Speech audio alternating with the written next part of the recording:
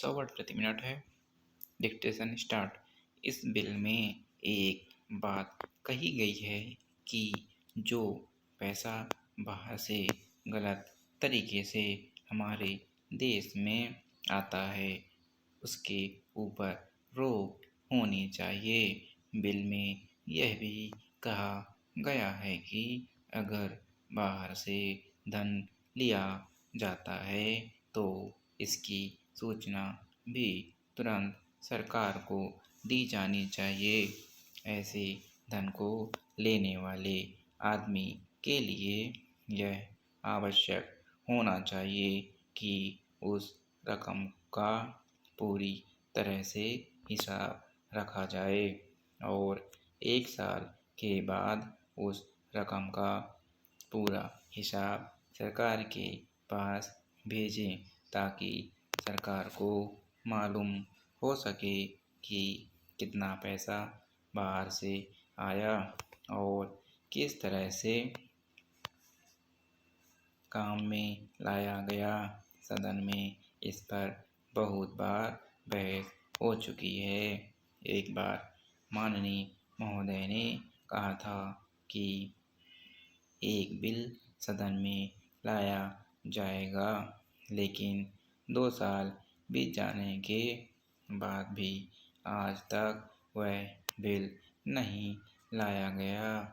आज अगर कोई यह कहे कि यह पैसा अमेरिका से लिया है या चीन से लिया है तो उस पर आज मुकदमा नहीं चल सकता।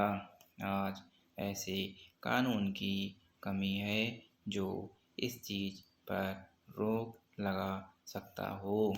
पैसा आज अमेरिका से आता है, पैसा आज चीन से और पाकिस्तान से भी आता है। इस तरह का कितना धन देश में फैला है। अगर इसकी ओर ध्यान दिया जाता है तो एक चिंताजनक स्थिति आपके सामने आ जाएगी। अगर इसी तरह से चलता रहा तो हो सकता है कि एक दिन हमारे देश की सुरक्षा को खतरा पैदा हो जाए। किसी मुल्क की सेना हमारी सीमा पर हमला ना कर सके, इस बात की चिंता तो हमारी सरकार करती है, लेकिन विदेशी धन की चिंता हमारी सरकार नहीं कर रही। आपको पता है कि पैसे देकर लोगों को गुमराह किया जाता है और उनसे गलत काम करवाया जाता है। इस स्थिति को देखते हुए यह आवश्यक है कि तत्काल सरकार को इस मामले में कारगर कदम उठाकर देश को बचाना चाहिए। इसी तरह से मुल्क की आज़ादी को कायम रखा जा सकता है। मुझे आशा है कि इस संबंध में मैंने जो बातें कही हैं और अन्य सदस्यों ने जो प्रश्न उठाए हैं उन पर पूरा ध्यान देगी, ऐसी व्यवस्था करेगी कि सभी समस्याओं का समाधान निकल सके।